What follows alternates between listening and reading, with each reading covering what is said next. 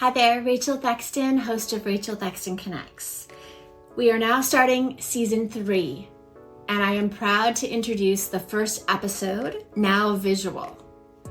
Kid Carson is a media personality who has been working in the Vancouver marketplace for decades. He is someone that Vancouverites grew to love, listening to him every morning on the radio. His chatter, his conversations with co-hosts, his jokes, his humor.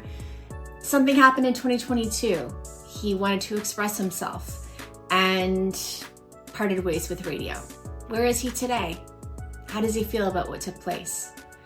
I'd like to introduce my first episode of season 3, media personality, Kid Carson. This season 3 of Rachel Thexton Connects, I have had some amazing guests on in the first 3 seasons. And I am thrilled today to host a dialogue that I think is important. And I'm so happy that we're having it. I'd like to welcome to the podcast, Kid Carson. Welcome, Kid. Thank you, Rachel. It's great to be here. Are we bringing up your Band-Aid or not? Well, we can. So I hit the stairs. I live in a 3-story townhome. I was holding a lot in my hands.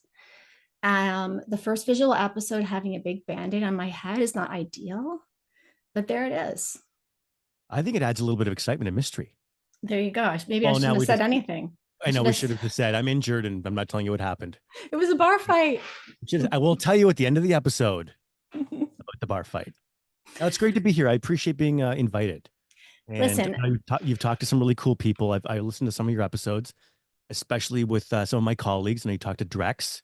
I did. And Nira, yes, my co-host. And I'm thankful to be thought of. Thank you. Well, yes. I mean, you were you couldn't go through the city of Vancouver without seeing your face for a long time. I'm sorry. You were the you were the radio face. And I don't know how you felt about that. We can talk about it in a bit, but I just want to back it up a little bit and just talk a little bit about your background and kind of how you got into the broadcast space. What was your first gig? And tell us just a bit about your journey into radio initially. Well, my first time on air was maybe I was 13 or 14 years old and had a friend over at my place.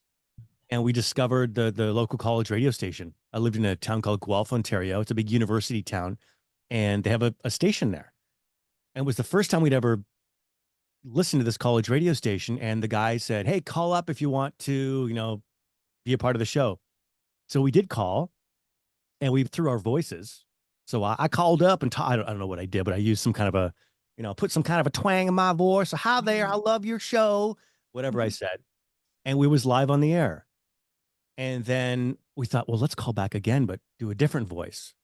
So we called for 3 hours into this college radio station using all different voices, my friend and I. And we just couldn't believe that he couldn't figure out that it was 2 13, 14-year-old kids. We thought this was hilarious. Oh my gosh. Of course, the show ends and the phone rings. There were no cell phones back then, the home kitchen phone rings. And my mom answers it and she's like, kid. And I take the phone and it's the DJ. And he says, guys, that was amazing. I'm on next week. Will you call? I start at 7:00 next week. Please call again. He had call ID. He knew it was us all night. And so it went from embarrassment to this realization of wow, it's theater of the mind. He let everyone think that it was a bunch of different people. This is a pretend cast of characters. It's like theater. It's theater of the mind. It's magic. It's all these. That experience really enthralled me into radio. And so, long story short, I went to Humber College Radio Broadcast School and got out of the school. No one would hire me except for one of my teachers named Scott Jackson. So he hired me. He was opening up his own radio station in Barrie, Ontario, and hired me to go out there. And it was a Christian radio station. Oh my, okay. And that was obviously a wild experience because it was all Christian rock bands and Christian hip hop bands and stuff I'd never heard of. Okay. So I was thrown right into my first on-air gig. I didn't know any of the songs of the playlist. I didn't know and like we would pray at our staff meetings. And I'm like, this is the most wildest thing ever. It was an amazing experience. Yeah. Um, but it was crazy. I mean, I didn't have any place to live, and we weren't getting paid for the first. It was a new radio station with no revenue, so it was volunteer for the first 3 or 4 months. So I slept literally in a sleeping bag on the floor of the radio station. Oh my The morning God. show, I would do the night show. Then the morning show would come and step over me, and it was like a running joke. They would step over me, good morning. Um, and I remember like a Halloween one year. It's funny because we're coming up to Halloween now. Um, there were some rumors that there was a local Satan worshiping group that were going to burn down the Christian radio station. Of course, that's where I slept. Oh boy. So someone like one of the volunteers like came and like gave me a baseball bat, said here just in case anything happens. And I had to guard the radio station all Halloween night with this baseball bat. You're not for real. Oh, you're terrified. No, it's like a yeah. This I wasn't expecting this as your first gig. So how did it go? Did you That was make my it? first job. Oh, No one ever showed up to burn the radio station down, but I was scared. I couldn't sleep. yeah. Um, but anyways, that was my first gig, and it was a really amazing. And I did really investigate my spiritual side for the first time because there were some pretty interesting spiritual things that happened, you know. Yeah. And I Yeah. won't get into all those stories now, but it really opened my heart and my eyes to, you know, to that side of the world.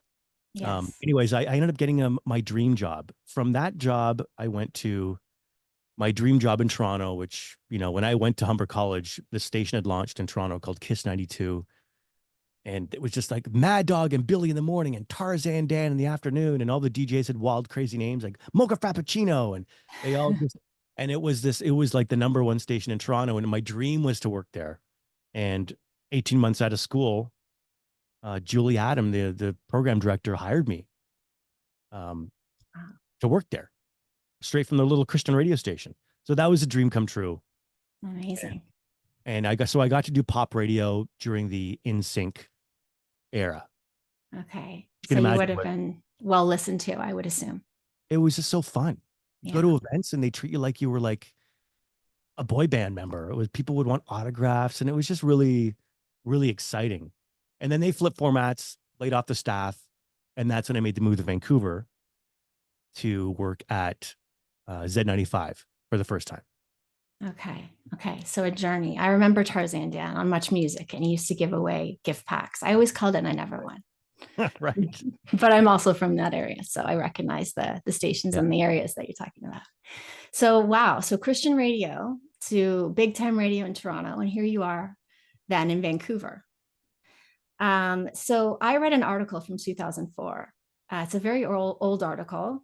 It's a picture of you and Nira and a DJ. I don't know if it's DJ Alibaba or not. I'm not sure. You all look so incredibly young, like 90210 era. And you talk about how excited you are to be joining as a radio host on mainstream radio. And you're just like really pumped about it. And I just wanted to ask you kind of what you think changed between that time when you had that excitement. Did the industry change? Did culture change? Did you change as a person? All of the above. As of now, obviously you have different feelings about, censorship and, you're doing your own thing, being able to say what you want to say. What are your thoughts on that excitement versus where you are today? Well, it's a bit of a different time. Yeah. When the 94.5 launched and they headhunted me to go do my first morning show, that was very intimidating because I was used to talking for 30 seconds at a time. And then you're doing a whole morning show with topics and discussions, and it was and having a co-host. And it was very exciting for me personally because I got to work with Nira, and Yes.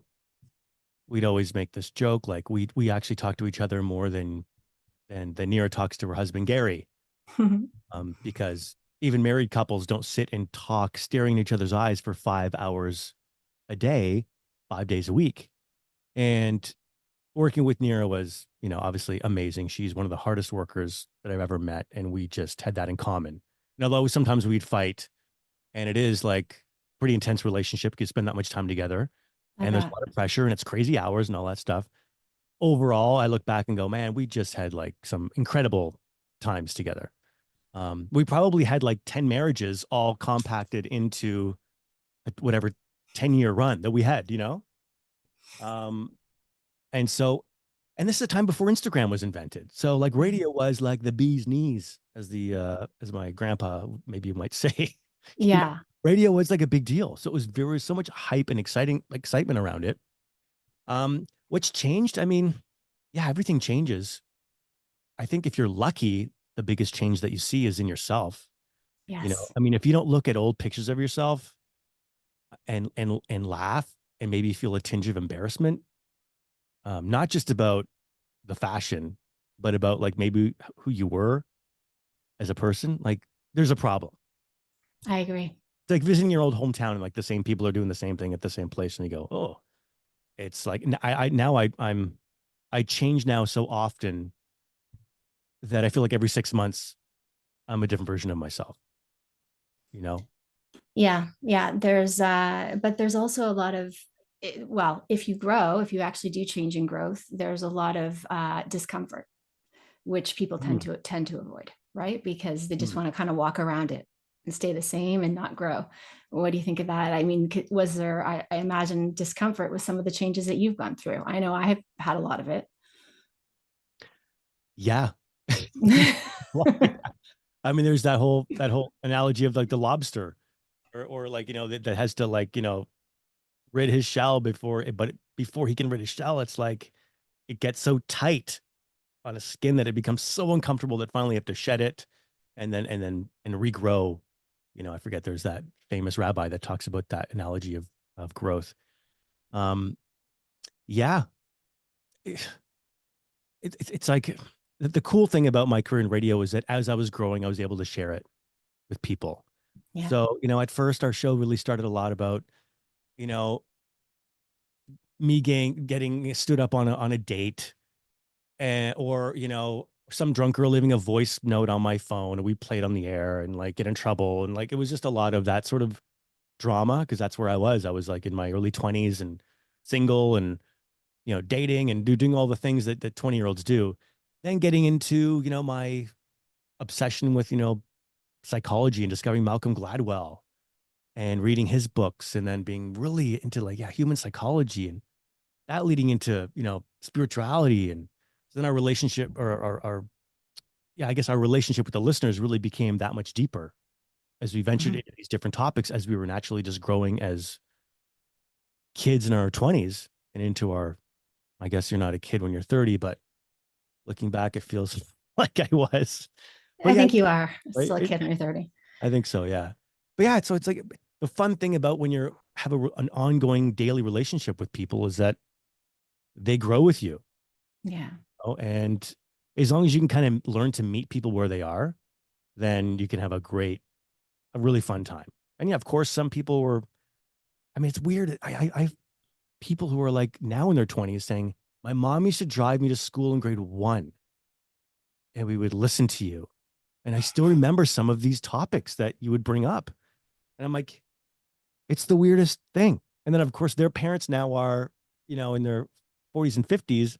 It's just such a wild when you're on the radio that long, which I think Yeah. Nira mentioned when you talked to Nira on your podcast. Yes. Like there's such a span of people that spill over to younger to older, and they get to go on this wild ride and journey with you with as you're discovering and as you're growing and as you're. I think I even forgot what the question was. Well, no, you're answering Rambling. it. You're answering it, but I think also you're leading to another point, which is I talked about this with Nira as well. Listeners, although you don't know them, they feel like they know you. Mm, So you know what I mean? They develop a bit of a not a one-sided relationship because you value them and appreciate them and you get calls from them and such. You see them on the street, some of them. But if they're listening to you every day, they come to expect to hear you. They want to know what happened on that date if you've been discussing it, whatever it may be.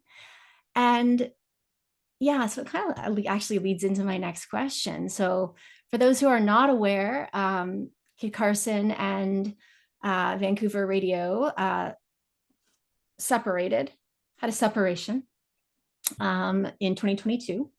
And this was due to kid expressing his views around some words I'm afraid to say because there's been some censorship over some of my promotion of this episode, which concerns me. So I think we all know, and if we don't, we can research kids' Instagram and look back, and I'm sure you'll be able to find it, or just Google News. But I want this episode to run. And so I'm not going to use some keywords that may anger Meta for whatever odd reason. But I think we should be able to have dialogues and discussions around anything, disagreeing or not. It's vital. So there you were, going out on a limb, saying what you felt. It was popular with some, it was very unpopular with others. You know, it was a division as we are in today, very huge division, I feel as though we're in. Radio is a fickle business. I feel you know the business far better than I do, but I know, hosts that I have been friends with and have worked with. They're there one day, they're not the next. Do you kind of feel like what happened was, in a way, kind of turning those tables, not intentionally, but looking back, turning those tables on an industry that can be kind of fickle with on-air talent? And this was you saying, I'm going to do this my way, and in a way that I can feel good about, and a way that I feels good with my values, my ethics. Any thoughts on that? I don't want you to hate on the radio industry, but just kind of, it can be a little bit challenging. Yeah, no, I've loved radio since I was a little kid, talking to the end of my pencil. So I love radio, and I'm sad radio a little bit because the on-air culture of radio stations started to mimic the back office corporate energy. Yes. Which sucks because, yeah, of course it's a business and it's corporate, and but it used to be that at least the on air vibe could be wild and fun and take risks, and something did change where there was, and it just comes to fear. I mean, I don't even hold any negative energy towards the management at Z95 or Stingray, who owns Z95, because they were just afraid. Everyone's afraid of their bottom line getting affected, or, Yeah, it was a sensitive blowback. time. Mm-hmm. Yeah, but I mean, the world was kind of going crazy, so I don't hold anything against anyone. Um,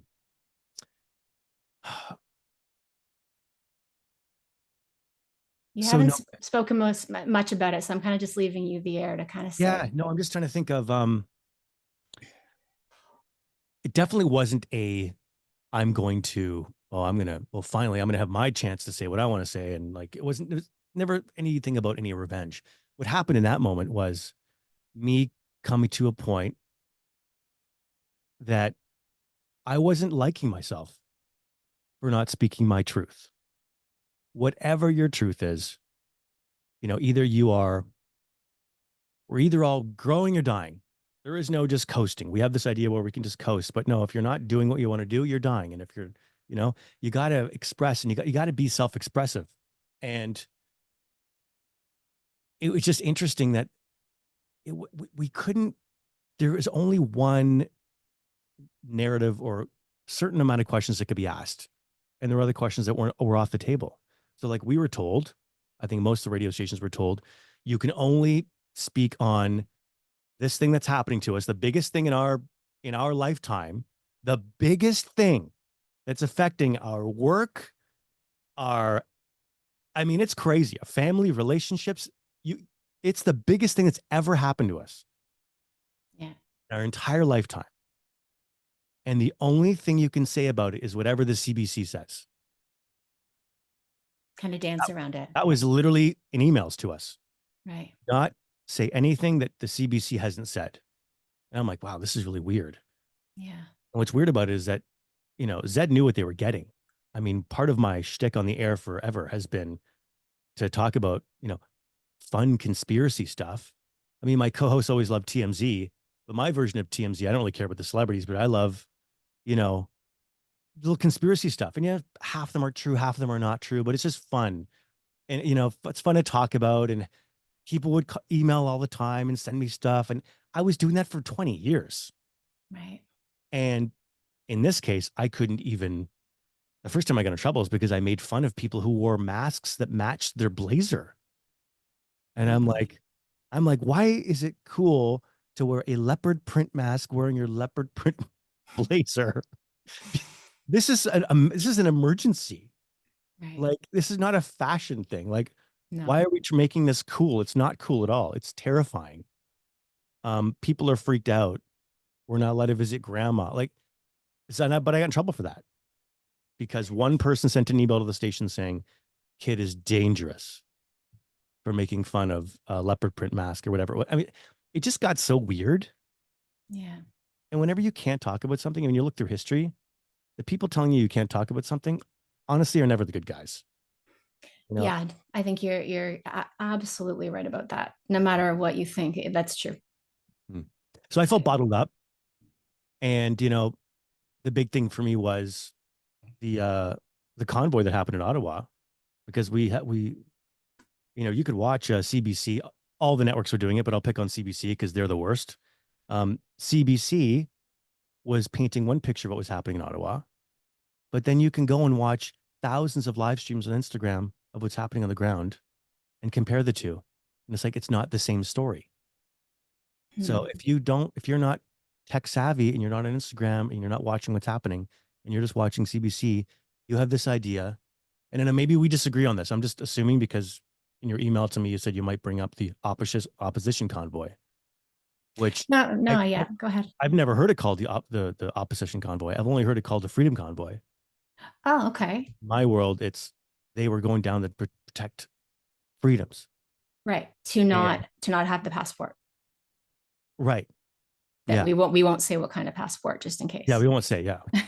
Isn't it weird that we can't say it? Like, that's weird. I know it is That's weird. weird, but I want Like, it to run. I don't want it to be censored. So there I you go. agree. Well, I agree. Um, so yeah, once you could see that, CBC and a lot of the mainstream outlets were painting one picture, and then we could actually go on and see boots on the ground that it was not the same thing. I mean, they were saying it was like racist, and it was like, dude, what are you talking about? Like, it just wasn't that. Hmm. Um, that's when I really just felt like I needed to say something. That was Yeah. sort of like the final push, you know. Yeah, I get it. I think that, that was the beginning in my mind of division. And it was also the beginning of the lack of discussion amongst those who disagree. Right. So we're in a time now where we're in major division on political issues. And it's like if we cannot sit down and chat if we disagree, because we got to stay on this side, you stay on that side. And I think it's cool, like, my my views don't really matter. I at the end of the day, they matter to me, and I use that with my family. I use that with my decision making. I don't push my views on other people. I let them make their choices. I respect them, and I do what I do.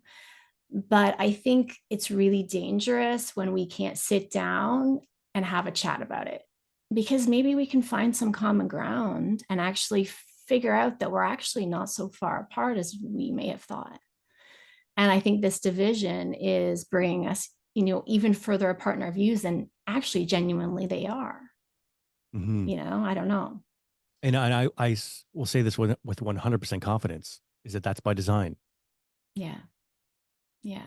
If you look at any any place in the world at any time period, there are just certain rules of how to govern people. And we've been so spoiled living in this great, like we have it so good. We've Hmm. been so spoiled. But at a certain point, you have to you have to realize that we are it's so much easier for the elites or trillionaire class or whoever they are to steer society in certain ways if we are all divided. If we all find that we all agree, then when they try to do something that's not cool, everyone's just going to instantly put their hand up and go, nah, that's not cool. Yeah. Like the central bank digital currency that they will eventually try to push in. They've been researching it. They tested it. People said they didn't like it. Now they're saying they're not doing it. They will definitely try to do that. Hmm. And if we are all arguing about all these other things, and if you are connected with supporting, let's say, or not supporting the certain passport Hmm. because it was associated with a certain group of racists in Ottawa that tried to Right. take over the government. If you're associated with that, and then you're saying the central bank digital currency isn't a good thing, it's instantly associated with, like, you're put in that box. Like, oh, this is all part of, oh, you're part of that crazy group, right? Yeah. So this is all by design. And listen, people, I don't expect anyone to really know about this because we all sometimes are working two jobs. We got kids. We are, the economy's tough. We're all just trying to get by. So a lot of Yeah. people don't have the time that a morning show radio host has, or a lot of the typically people who actually know about this stuff are pretty wealthy. Hmm. They're not hustling to for groceries. Like, they have time to read the articles and do research and do their own research. And that was a big thing. I can't believe we mocked people who did their own research. I mean, that's like, we all teach our kids, don't just do what To it's so question things. it's so crazy. Yes. So like what happened in Ottawa, if you were there, a lot of people got their bank accounts just like turned off.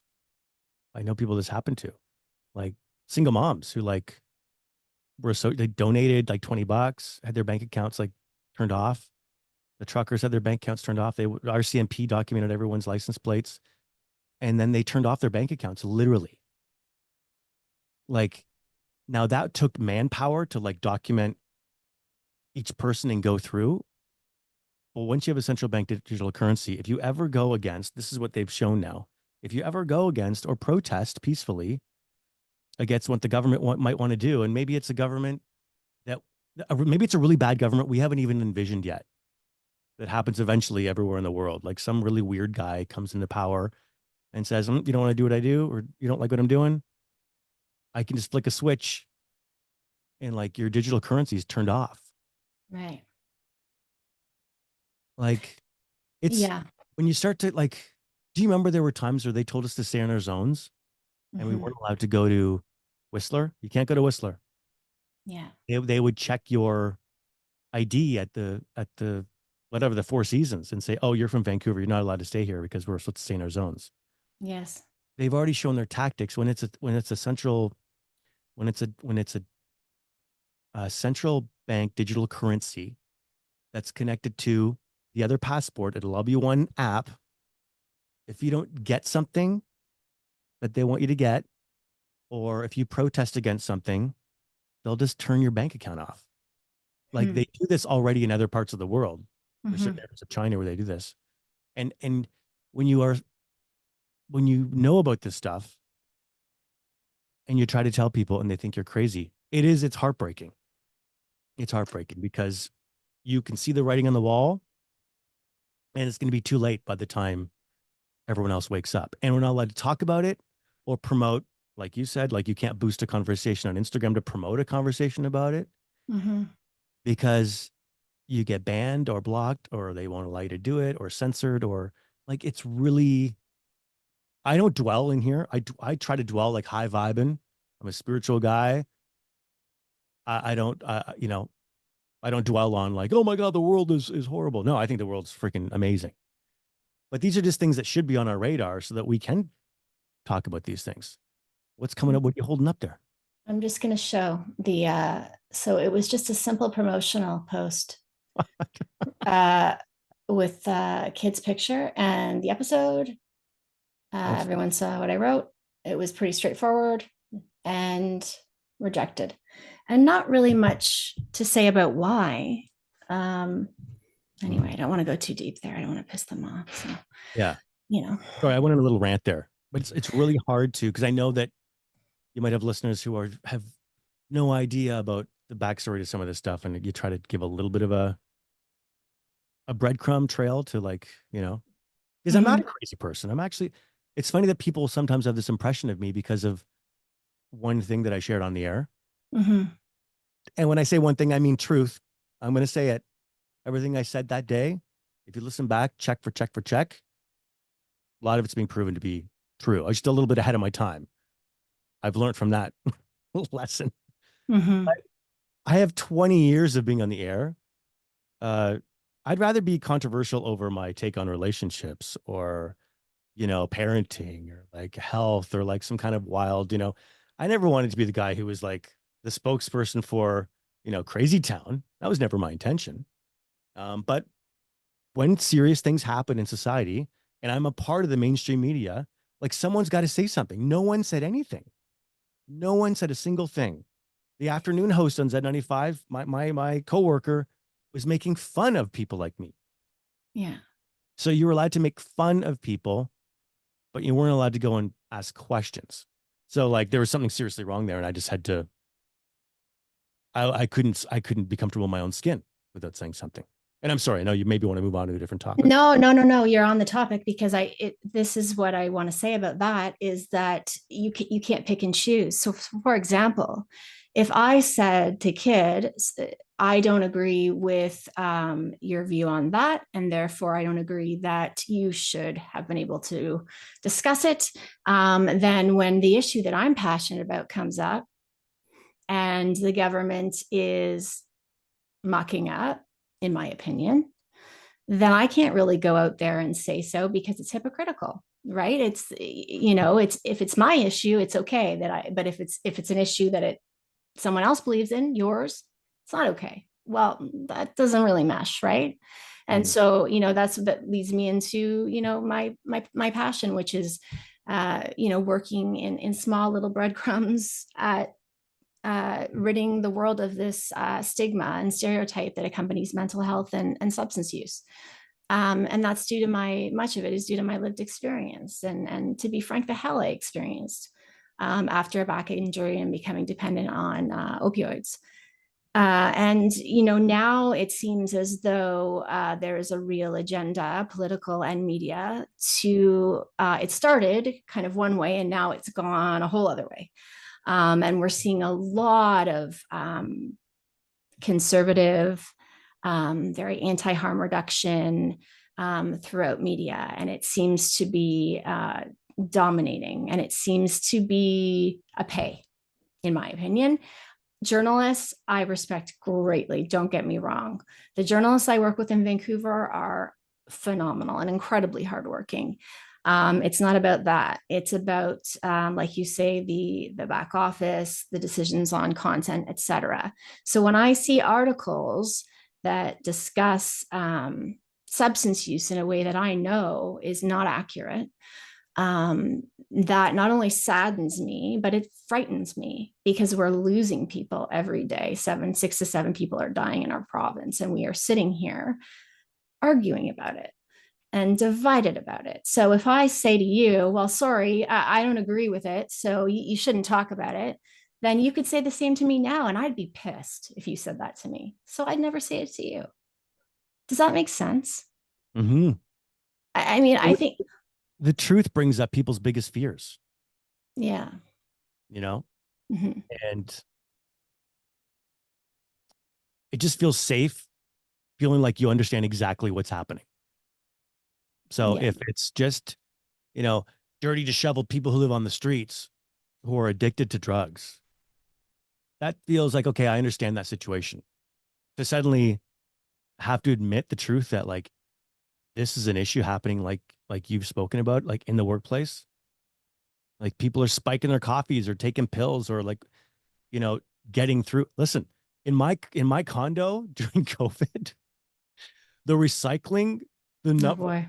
it was like I was like, whoa. They had to shut down the building a couple times. Please, no one bring their recycling down. We're overflooded with wine bottles and beer. I was like, whoa. I'm like, whoa, these people love to drink. And like once everything opened, it kind of really didn't slow down. No. Like the recycling bins were really stacked. And I'm going pre and post, and I'm going, whoa.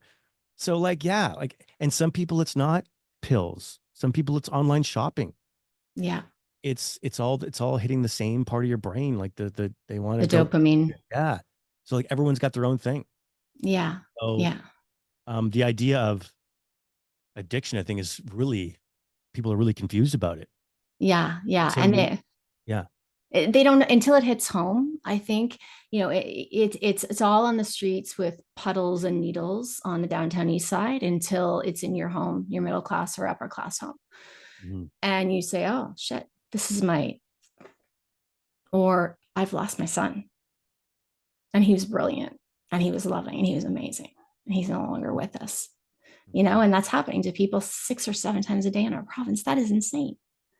Mhm. So that is, people have heard me speak to that. I don't think I need to go into my views on it, but I mention it just because I think it makes to the point to another reason why I thought it was important that we have the conversation and bring forward that regardless of your dialogue, whether it be dangerous or violent, which it wasn't and isn't, I think it's really important that you have the opportunity to voice it. Cancel culture. So, obviously, when, there's been someone who has perpetrated proven crimes against others, and I get it. But, overall, it seems like a really kind of dangerous space for me. Number one, because I think people need, they have to have a chance for redemption. We are human. We make mistakes constantly, and we are never going to stop. We have to always try to make that right, but we will always make mistakes. Obviously, it depends on the nature of the mistake, but I have a problem with cancel culture. You have supporters who clearly agree with you, and you have those who don't. Do you believe that canceling you as a mainstream voice was a goal for some involved in this in 2022? Because you were a mainstream voice in Western Canada. Do I think it was a goal for some? Yeah, like a cancel culture. Like we got to get this guy off the air. He's got to his message has got to be taken off. I don't know. I didn't really see it like that. Okay. I just felt like, okay, I lost the gig, which I understood. It was disappointing. I do feel like, to back up a little bit, I do think it was a lost opportunity, because what I was asking for was, hey, can I get someone who's pro and who's against, and like do a show like where we battle it out, or not battle, but like, you know, That would have been great. there's also a source of entertainment where I'm in, it's entertainment. So like we're battling up against the latest Netflix show, or, some juicy podcast, or what's on YouTube. Like, what are we going to do on the show today that's going to have people talking today or tomorrow morning at work? Are they going to be talking about the newest Mr. Beast video, or are they going to talk about what happened on the Kid Carson show? Yeah. So like this is what's lost right now in radio, where everything's just so bland and plain oatmeal, not even any brown sugar sprinkled on top. It's just like blah, boring, corporate-y. It's like awful. So like I wanted to, like, hey, why don't we have pro against? Like, let's have this conversation. It's the biggest thing happening in our lifetime. And I was just shut down for that. So like I wanted to make this. If there was just one station who had done that, they would have skyrocketed to number one. Yeah. Station actually talking about the biggest thing happening to us. And imagine the topics you could branch off from that, like family dynamics, this, that. I mean, would have been, Zed could have been a monster in the best way possible. But again, fear held them back from going in that direction, which I totally understand. And I got love for them. So, it's all good. But yeah, so I just felt like it was just a gig I lost. I never felt like I was canceled. I definitely felt like, wow, for 6 months, I did feel like I had the scarlet letter, Right. where, you know, the saddest thing for me was that, because of my schedule, I could pick up my youngest son from preschool at the time. He was 4 years old. And, because of my schedule, I could do it as the dad. Most dads were at work, and usually it was the moms that would pick up. So like, I'd be like the one, or maybe there'd be two dads and like 8 moms. And I was very chatty with all the moms. Every day, sit around, come a little bit early, chat for 20 minutes while the kids come out. I've always, to be honest, I've always had much more fun talking to women than guys, because I don't really care about who's been traded to what team. Not to be stereotypical, but usually women have more exciting things to talk about. They're kind of fun. We do, yes. Yeah, you really do. I always worked at female targeted radio stations for that reason. Yeah. Um, but when CTV 6 o'clock news did the story on me saying, radio host Kid Carson went on a conspiracy rant and made me seem like a crazy person. Like the next day, I go pick up my kid from preschool, and like the moms wouldn't even make eye contact with me. Oh shit. And I was like, whoa. And my heart was just like, oh my God, I can't believe it. Like I've known these women for this. It was just like that. And like my 4-year-old son is now wondering why he can't have a play date with his best friend in his class. And how do I explain, well, his mom won't text me back. That's brutal. even though we've like had several play dates and I've sat and talked to this woman for 2 hours about all sorts of fun, interesting things while our kids play at the park. It was just like that was like the part that was like, whoa, this is crazy. So the way that people could turn on each other when they're Yeah. not really fully informed on what's going on. Well, and let's say they are fully informed and they've done their research and they feel they have a different view. Um, I'm sorry that happened to you because that's not right. I mean, it's just, they knew you and we have to respect each other's differences. My goodness, if we were all the same, that if we all felt the same, thought the same, no new ideas would come up. We'd never question anything. The flip side, Um, though, I will add real quick is that, that was now going back a few years. We're going back 3 years ago. right. So things Number, improved. the number of people come up to me and they're like, man, dude, I thought you lost your marbles there for a little bit, but now I see it. Like, I get it. I still don't agree with like 100%, but like, I get like what you're saying. And like, thank you for being someone who said something. So like Mhm. really as, as time has gone on, it's like now like people want to work with me. It's like it's back to how it was, but even better because people now have, even if they didn't agree, and I think we can all take this as a lesson. This is not about me. It's about all of us actually saying what we feel and being self-expressed and having the courage to do that Yeah. is because people, even if they don't agree with you, they will respect that this person had like the guts to say what they thought. And yeah, even if I didn't agree with it, like, hey, because we all know how afraid it is, how scary it can be to say something when it goes against the grain. So Yes. I've learned that. And I think that a lot of other people have learned that too in this whole process because everyone was just kind of like quiet. So I hope if Yeah. this happens again, it's like, hey, be someone that people can respect because you actually said what you thought. It doesn't mean you have to be right about it. Say, hey, I don't know if I'm right, but this is what I think. Like, what do you guys think? Like, tell me if I'm crazy. Hmm. It's when you go completely mute that like we're all just like Robots. dead inside. Yeah. Yeah.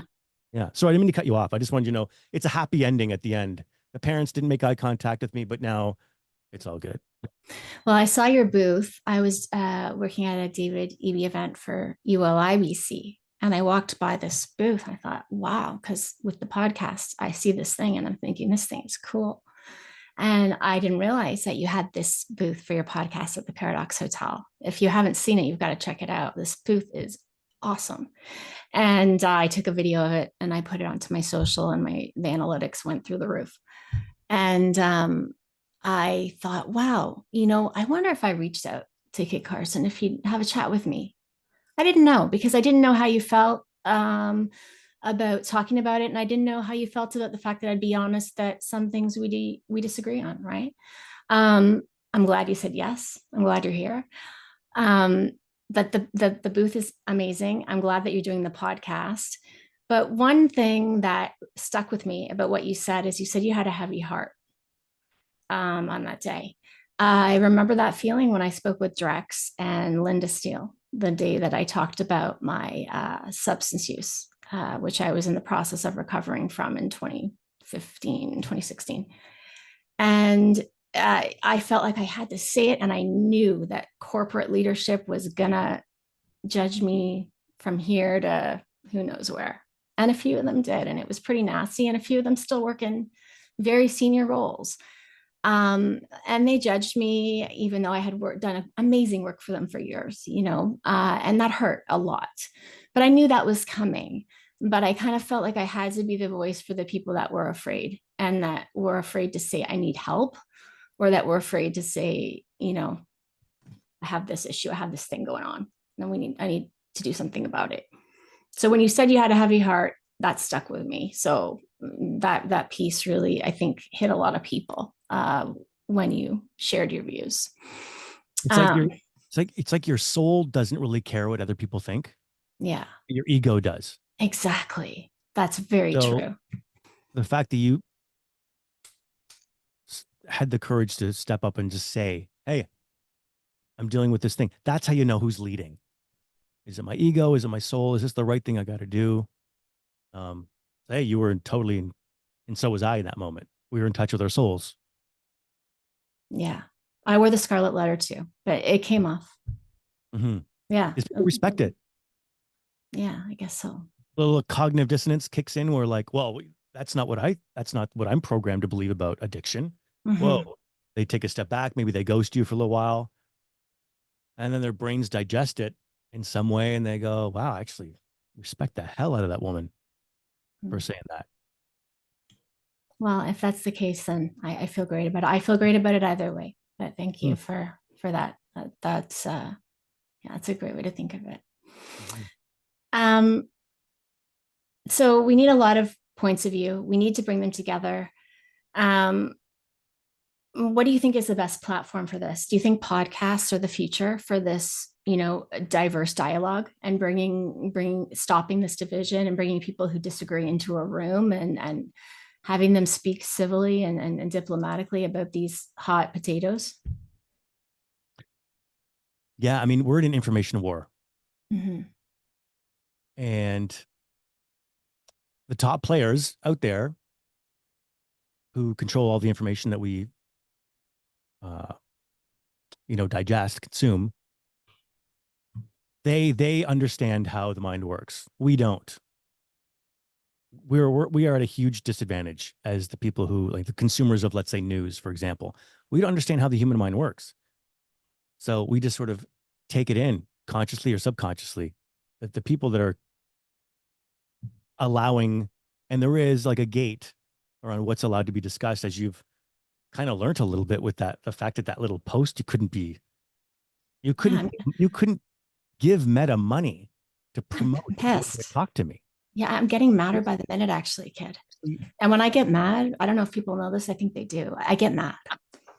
So this might get nasty. But anyway, sorry. Yeah, until it happens to you, you go, well, that's weird. Like, and eventually it's going to happen to all of us, you know?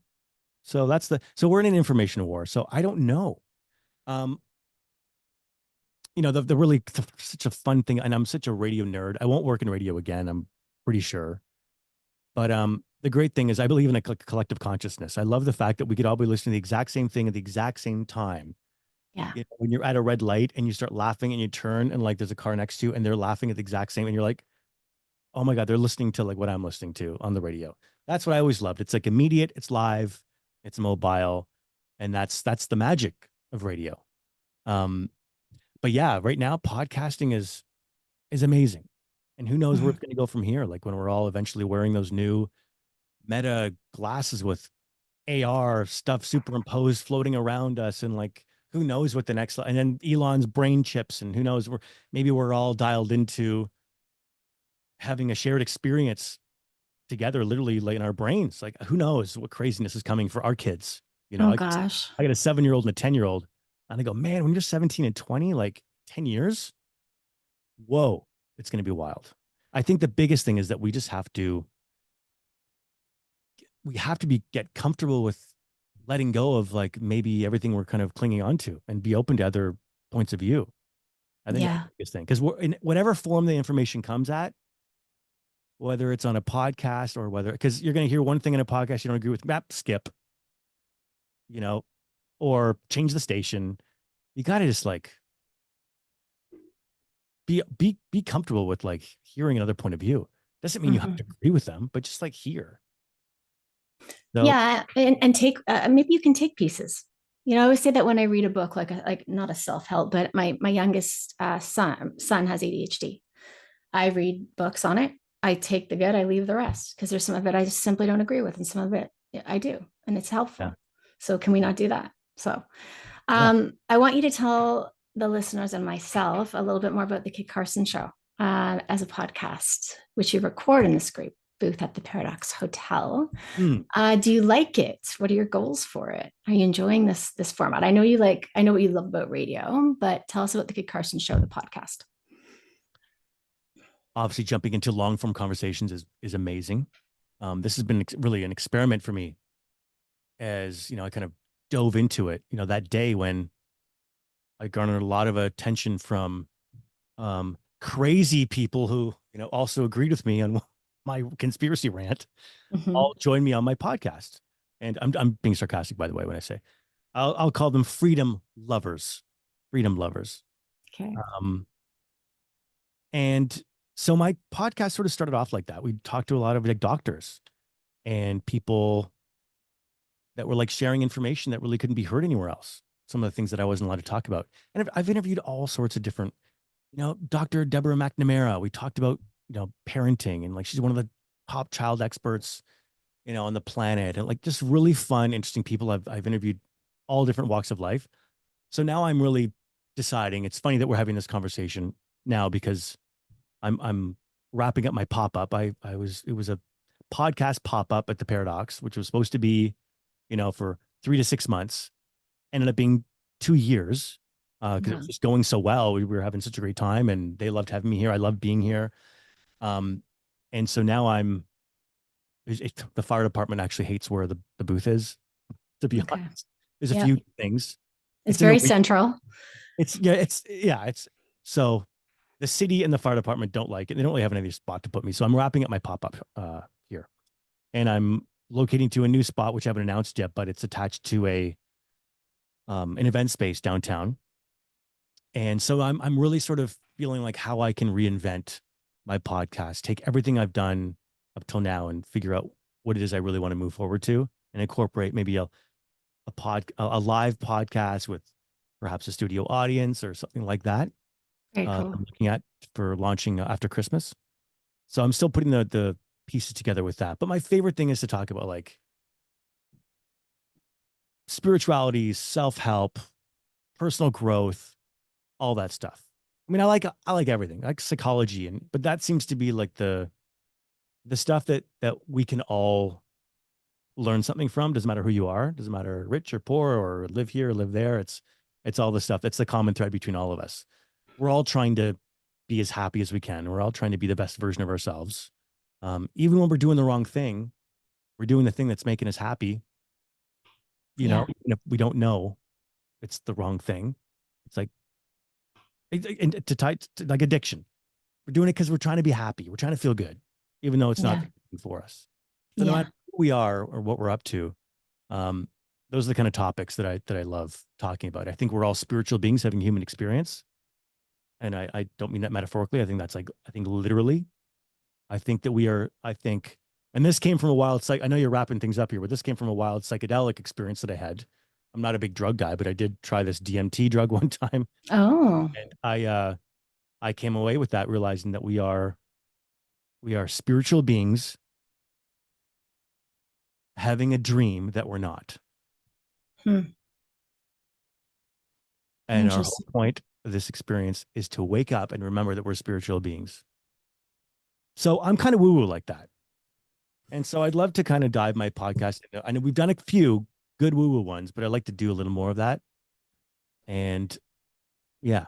I hope that you have a lot of male listeners because I feel like, there's a lot of males out there who they want to listen to this content. They need it. They need more discussion, but they're kind of, they're still stuck in that spot of being that man's man. And they're not really even that man's man. Like that's not even who they are.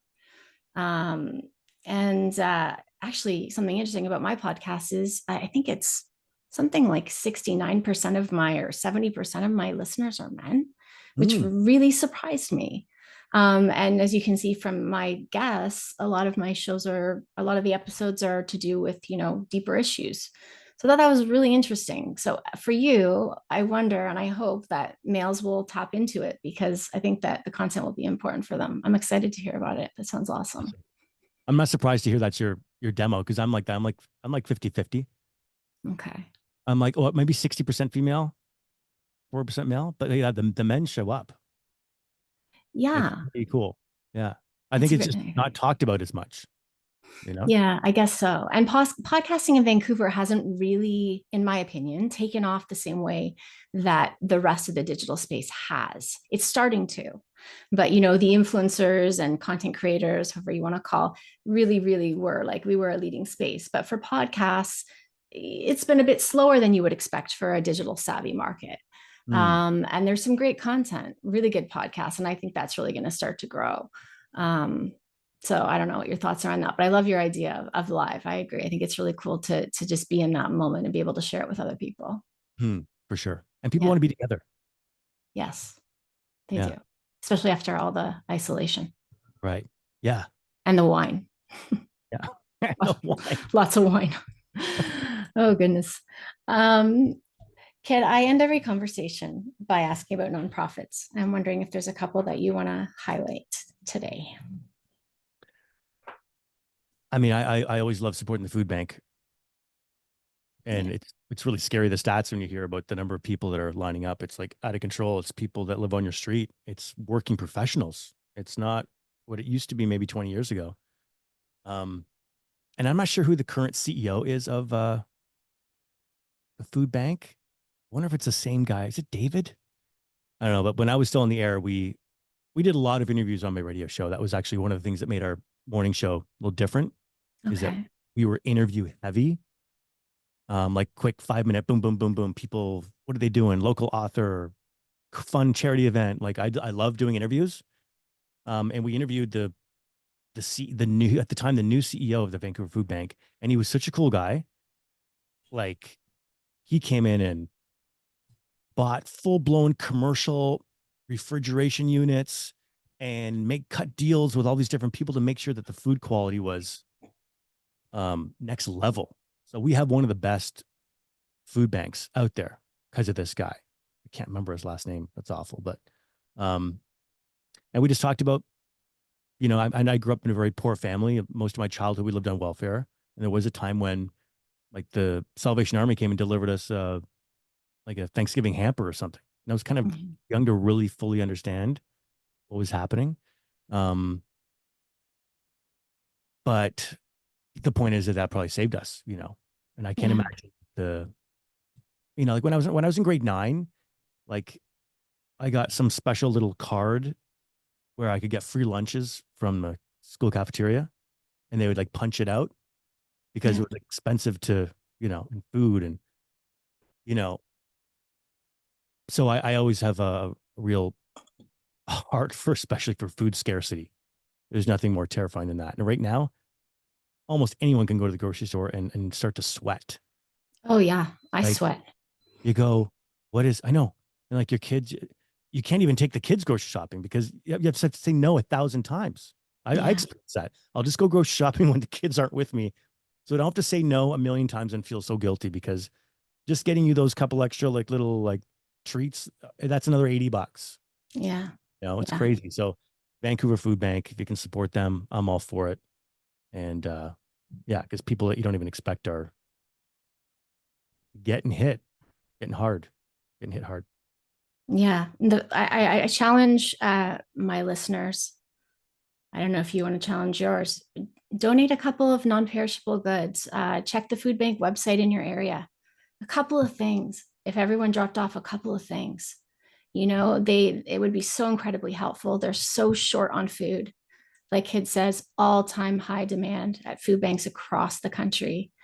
It would just be really cool in the honor of, let's just try to bring ourselves further together. Let's just try to bring that divide just a bit closer, Mm. and start with bringing food. I mean, this is what we need. My husband's from Dominican Republic, grew up in poverty. He tells me stories, and I can't believe it happens here in a country with such wealth and such privilege, and it Mm. shouldn't. So yeah, I And challenge if my we listeners to it.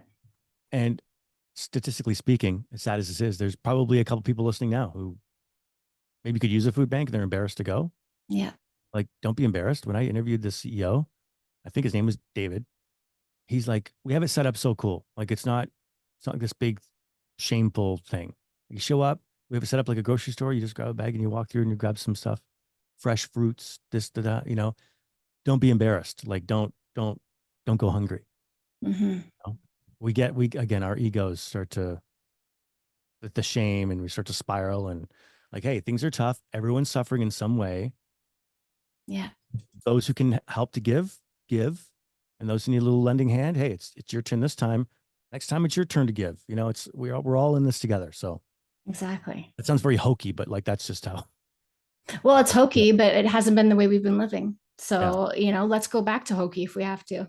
Mhm. I don't know. Be a So, good person. come on, guys. Yeah. Thumbs Come up. on, guys.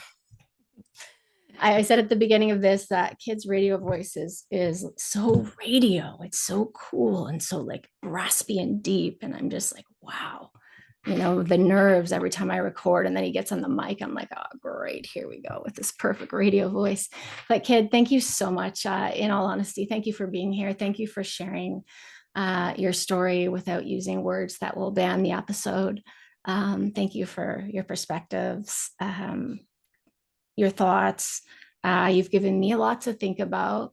And I just really appreciate you and who you are and who you've been since I was a young PR person showing up, probably doing all the wrong things, trying to get my client on air and please my boss. And thank you for always being kind. You always have been. So I appreciate you being here.